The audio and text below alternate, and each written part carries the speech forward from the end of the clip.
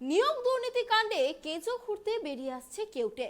সরকারের সর্বস্তরে দুর্নীতির বিস্ফোরক অভিযোগ তুলেছে তদন্তকারী সংস্থা।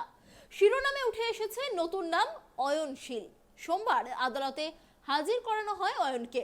আদালতে তার বিরুদ্ধে বেশ কিছু নথি পেশ করে ইডি। তদন্তকারী সূত্রে জানা গিয়েছে, পার্থ এবং অয়নের মধ্যে যোগাযোগের স্পষ্ট উল্লেখ রয়েছে ওই নথিতে। অয়নের ব্যাংক অ্যাকাউন্টের নথি ঘেঁটে অন্তত 50 কোটি টাকার লেনদেনের হদিশও পাওয়া গিয়েছে। এদিন আদালতে অয়নশীলকে পেশ করে 14 দিনের জন্য হেফাজতে চায় ইডি।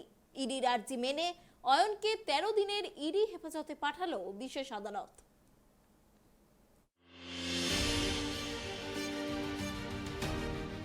নিয়োগ দুর্নীতি যেন গোল্ড মাইন, সেই খনিতে প্রবেশ করেছে ইডি।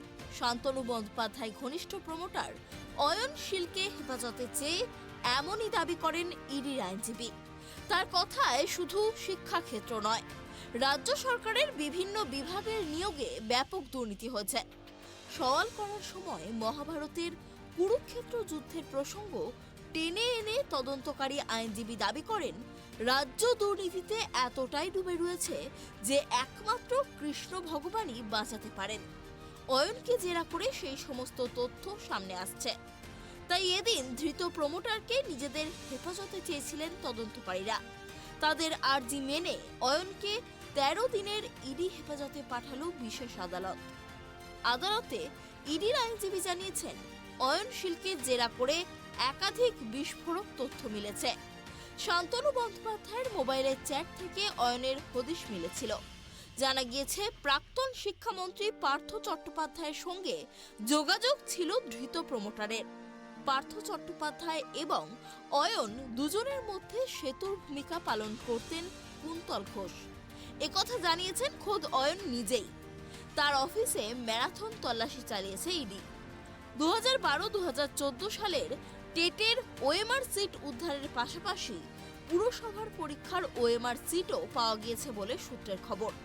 রাজ্যের বিভিন্ন পুরসভায় অন্তত 5000 অবৈধ চাকরি দিয়েছেন অয়ন, এমনটাই দাবি ইডির। ইডি ক্লেম করে যাচ্ছেন আদালতে রাজ্য সরকারের বিভিন্ন দপ্তরের নিয়োগ দুর্নীতির সঙ্গে ইনি ওতপ্রোতভাবে বিভিন্নভাবে যুক্ত। উনি শুধু ছিলেন ওএমআর সিট পাওয়া গেছে, সেটা মিউনিসিপ্যালিটির যে রিক্রুটমেন্ট প্রসেস ছিল সেটার ওএমআর সিট। বিভিন্ন রিক্রুটমেন্টের সঙ্গে ওনাকে দায়িত্ব দেওয়া হয়েছিল রিক্রুটমেন্ট প্রসেসে। পেটের ক্ষেত্রে কি ওএমআর সিটের 2012 সালের কিছু তথ্য এবং প্রমাণ পাওয়া গেছে ইডি বলছে।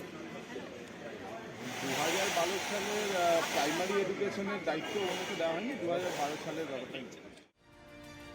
আপাতত 50 কোটি টাকার অবৈধ লেনদেনের হদিশ পেয়েছে ইডি। এই আর্থিক লেনদেনের পরিমাণ আরো বাড়তে পারে বলে মনে করছেন তদন্তকারীরা।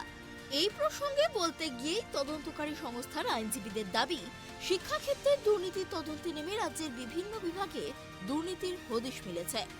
পরিস্থিতি এতটাই সঙ্গীন যে একমাত্র ভগবান কৃষ্ণই বাঁচাতে পারেন। দুপক্ষের সওয়াল জবাবের পর অয়নশীলকে 13 দিনের ইডি হেফাজতের নির্দেশ দেন বিচারক। Bureau report, tribe TV.